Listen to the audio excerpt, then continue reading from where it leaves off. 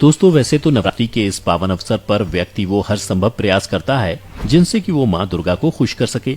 लेकिन क्या आप जानते हैं, कुछ ऐसे कार्य भी हैं जिन्हें आप जाने अनजाने में आज भी कर रहे हैं और वो आपकी इन सारी कोशिशों को विफल कर देगा। जी हाँ, जैसे कि आपका नवरात्रों में लहसुन प्याज का सेवन करना। ये तो सभी जानते हैं कि नवरात्रि के पावन दिनों में सात्विकता का विशेष ध्यान रखना चाहिए। आहार, व्यवहार और विचार में आपके सात्विकता होना जरूरी है, तभी आपको नवरात्रि के व्रत का पूरा लाभ मिल सकेगा। आपको बता दें कि इन दिनों प्याज, लहसुन और मांस, मदिरा जैसे तामसिक भोजन का सेवन करना पूरी तरह से निषेध बताया गया है और नवरात्रि के 9 दिनों तक पूर्ण सात्विक आहार लेना चाहिए। काम वासना पर काबू रखें। नवरात्रि के दिनों में काम भावना पर नियंत्रण रखना अति आवश्यक है। इन दिनों में महिलाओं और पुरुष दोनों को ब्रह्मचर्य का पालन करना चाहिए। माँ की पूजा अर्चना साफ मन से करने से ही माँ प्रसन्न होती है, इसलिए इन दिनों शारीरिक संबंध नहीं बनाने चाहिए। कलह से दूर रहें। नवरात्रि के दिनों में बहुत से लोग व्रत में होते हैं, किसी को भी अपशब्द कह देते हैं, लेकिन उनको ये जानने की आवश्यकता है कि कलह से व्रतधारी की आत्मा को दुख पहुंचता है, जिससे माँ देवी रुष्ट हो सकती हैं। ऐसे में कोशिश करें कि हर प्रकार के वाद विवाद से दूर रहें। श्री रामचरितमानस में भी ऐसा कहा गया है कि जहाँ सुमति तहाँ संपत्ति नाना, जहाँ कुमति वहाँ विपत्ति निदाना।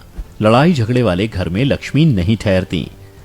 धार्मिक बातों में मन लगाएं। माना जाता है कि व्रत करने वाले को नवरात्रि के 9 दिनों तक अपना समय फिजूल की बातों में न लगाकर धार्मिक ग्रंथों का अध्ययन करना चाहिए। इन दिनों दुर्गा चालीसा या दुर्गा सप्तमी का पाठ कर सकते हैं। कन्याओं का दिल ना दुखाएं। दोस्तों, भारतीय परंपरा में कन्याओं को मां दुर्गा का स्वरूप माना गया है। यही कारण है कि नवरात्रि में कन्या पूजन या कंजका पूजन कर लोग पुण्य की प्राप्ति करते हैं। माना जाता है कि नवरात्रों के दौरान किसी भी कन्या या महिला के प्रति असम्मान का भाव न आने दें। शास्त्रों में यहाँ तक कहा गया है कि यत्र नर्यास्तु पूजयन्ते रमन्ते तत्र देवता। किसी भी कन्या का अपमान होने पर माँ दुर्गा नाराज हो सकती हैं। घर अकेला ना छोड़ें। यदि आप शारदीय नवरात्रि में 9 दिन का व्रत रख रहे हैं और अपने घर में कलश स्थापना की है या माता की चौकी या अखंड ज्योति लगा रखी है, तो घर खाली ना छोड़ें।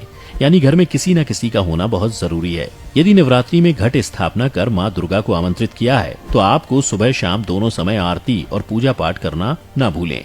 साथ ही माँ को संबंधित दिन का भोग जरूर लगाएं, नहीं तो माँ नाराज हो जाएंगी। साथ ही व्रत के दिनों में दिन में सोना भी मना है।